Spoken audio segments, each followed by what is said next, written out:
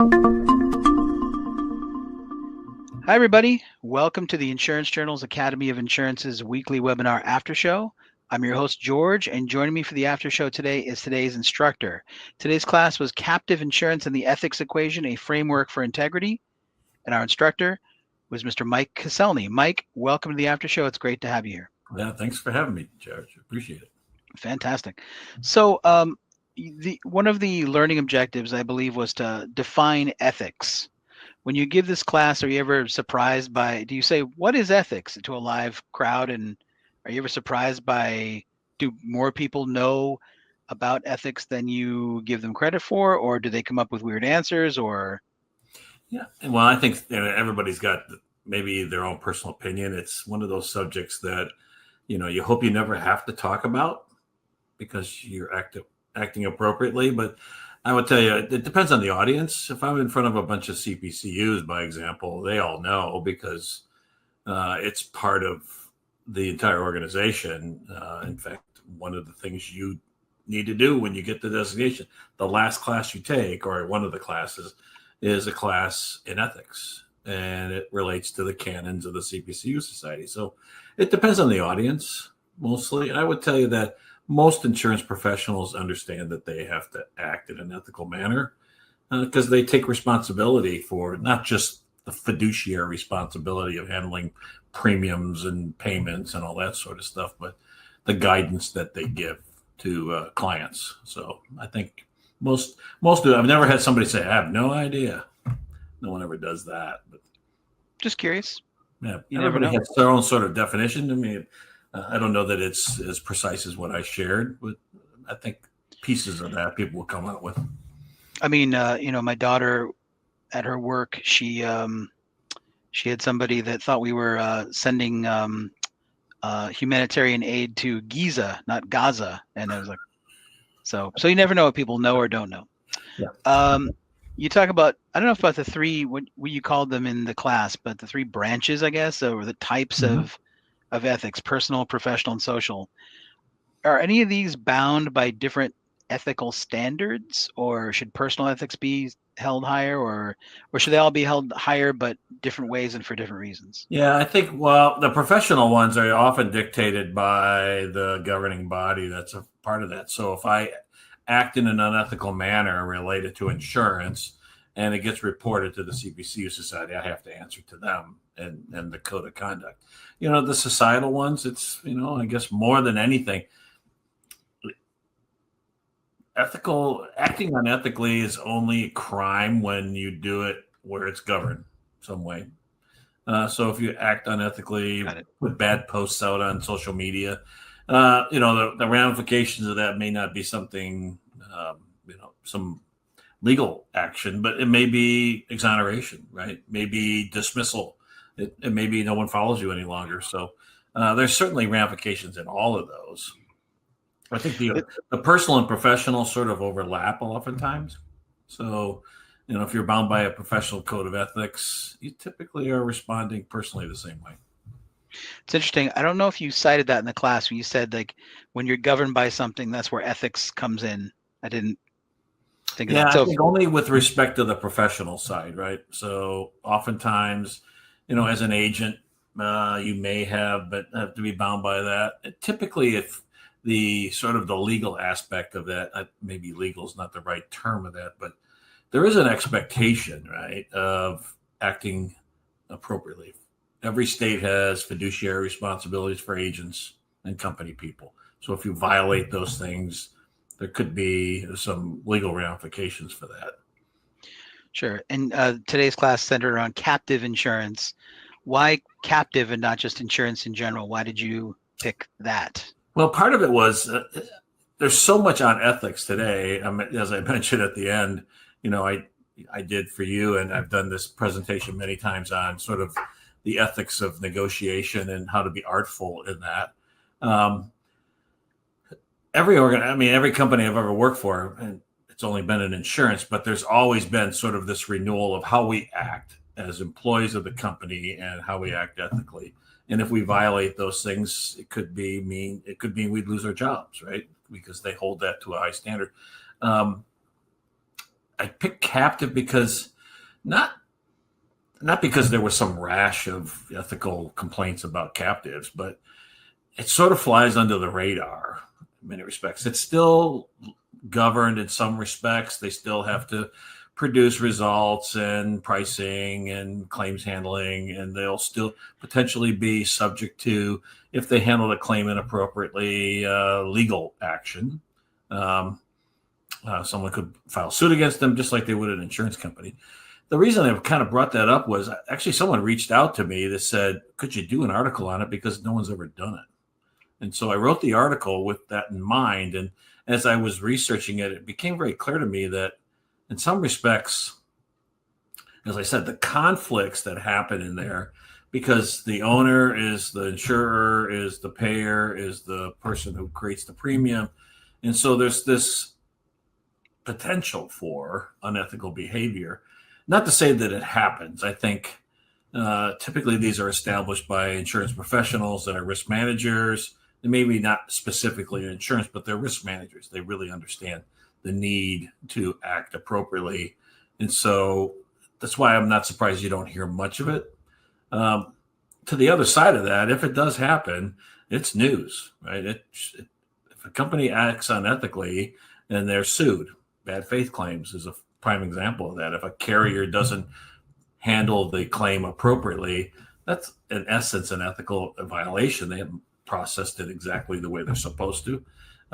They're penalized for that action financially, oftentimes over and above whatever the indemnification would be. But more importantly, those things make the newspaper, right? Maybe not on the page of the newspaper that everybody reads, but it gets out there. And social media is a place where it really can gain a lot of traction and exposure. Sure. I'm noticing a trend, Mike. Like a lot of your classes are created out of need, or what you think the needs are, or requests. So instead of like teaching us about personal lines or something like that, when you talk about insurance, you talk about things, mindsets related to insurance. Do you gravitate more towards that, like finding gaps in coverage of subject matter, and that's why you choose these kinds of courses to teach? Or so there's the body of work. Do you ever lose a bet?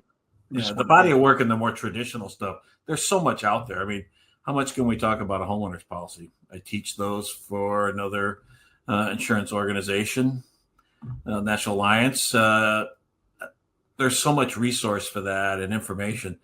I focused on ethics as an example in negotiation because it's an important thing. How many times do you think when you go buy a car that you're really being treated fairly by the car salesman? No offense to car salesmen, because there's a lot of really good ones. And it was interesting. In my last car, I sort of flipped the script on that salesperson, and he acted exactly how I hoped he would. But the point being is that I picked ethics in terms of negotiations. I picked ethics in terms of captives. Most recently, I did a presentation for you for the Academy as well on the personal lines exposures for cannabis, because they're there and no one talks about them. And the policy speaks to it, but I teach people about that when I go through the policy, the homeowner's policy with agents, but no one focuses on the challenges that face that. And part of that is I do that because these are things that will, maybe not today, but at some point in the future, if we're not completely transparent about what those are, that somebody will say, oh, I never knew that. You never told me. Well, the fail-safe is what's in the policy. I don't know about you, but how many people sit and read a homeowner's policy? I do, but because I'm a geek and that's what I like. But that's the reality of the problem. And so they'll come back and say, well, geez, Mike never told us about the fact that we have no coverage for cannabis. And I just happened to have my friends over and I overserved them cannabis and they got into an accident. They injured somebody. And I, just like with alcohol in my home, I could be held liable for that. So maybe we ought to ask people. I know it's a hard question, but maybe we ought to ask people, hey, do you use this stuff? And if you do, these are the things you need to think about so that you're prepared. So I think that's the piece that I focus more on, is try to find things that haven't been addressed yet and need to be.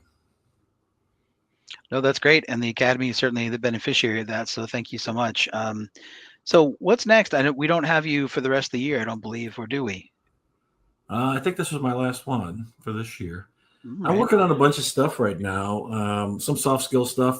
Um, and the leadership is kind of one of the things that I'm very focused on. I've been starting to dive a little deeper into some of the commercial property and liability type exposures that I don't think they get as much attention as they should.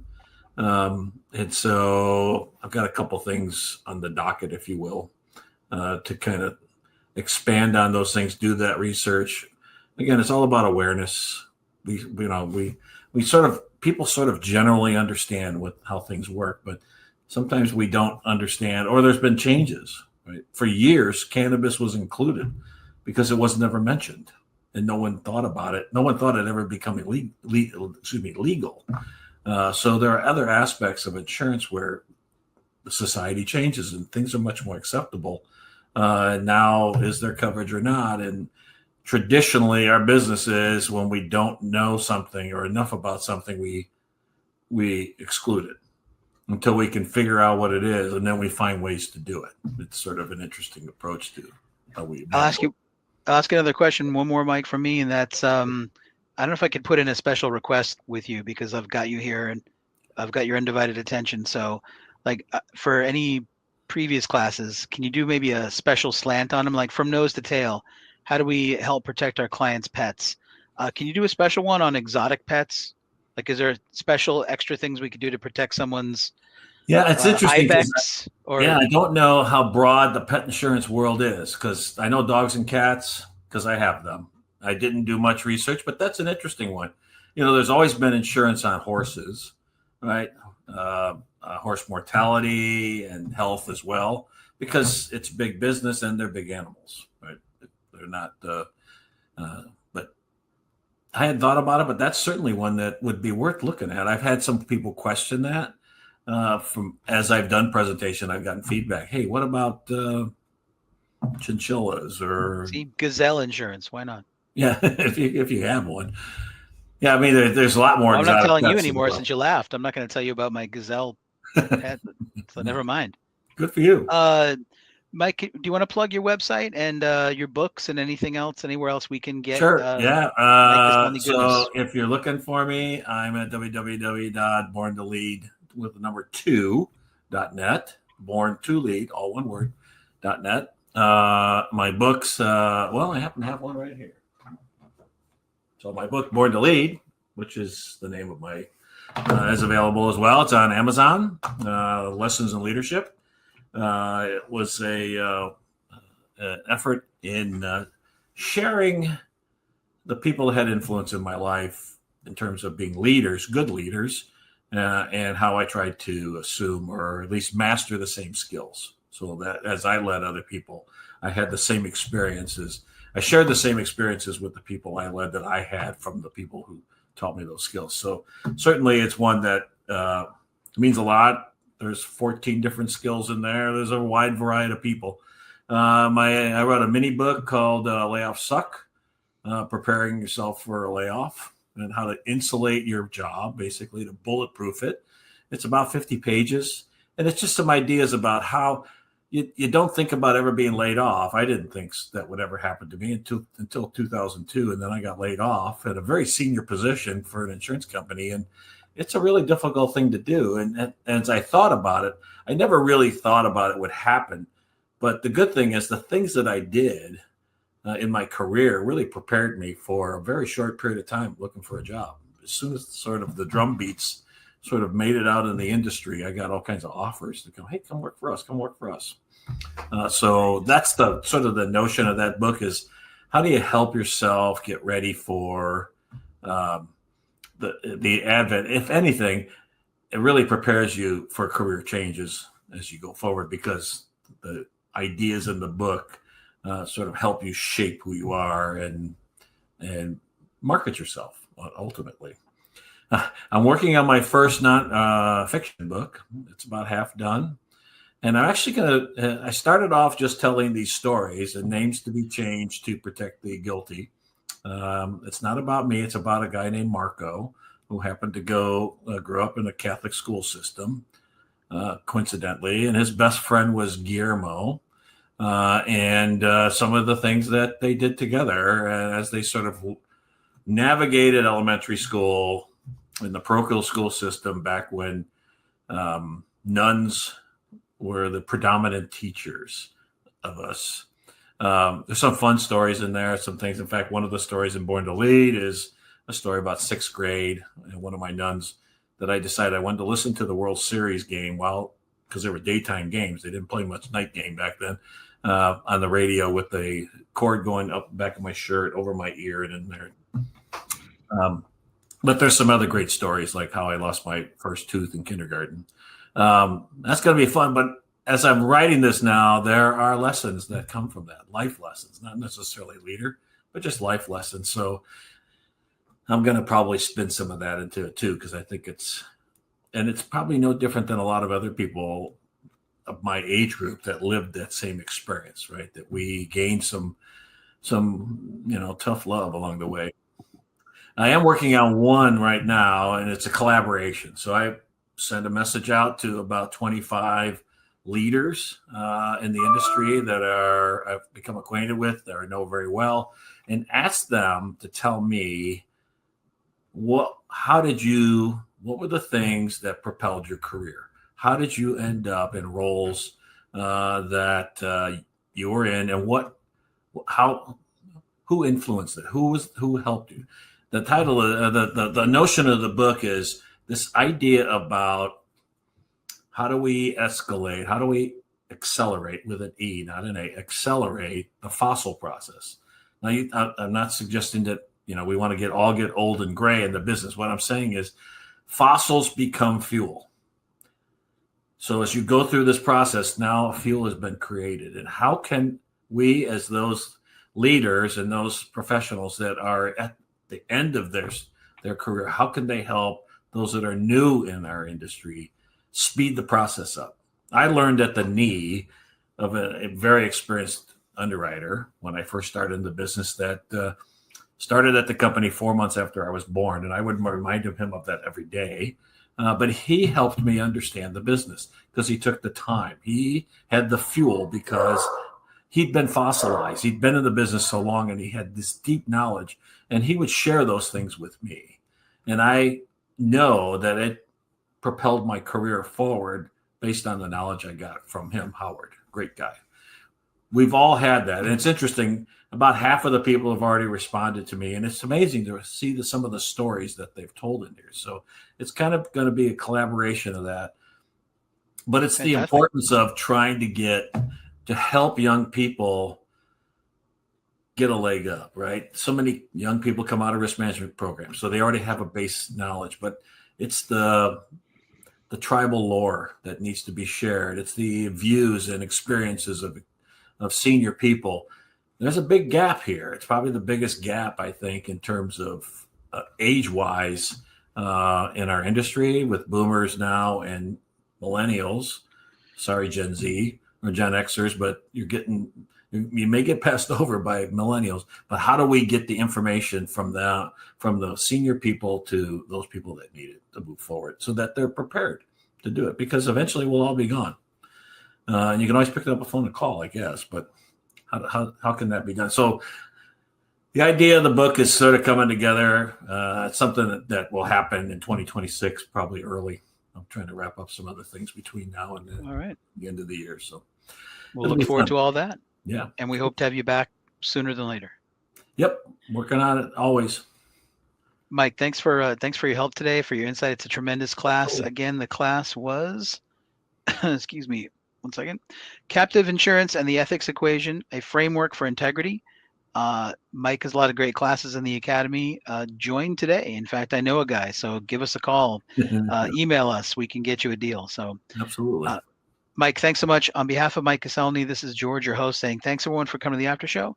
We will see you next time. In 2 weeks, October 9th, Bill Wilson. Oh, my gosh.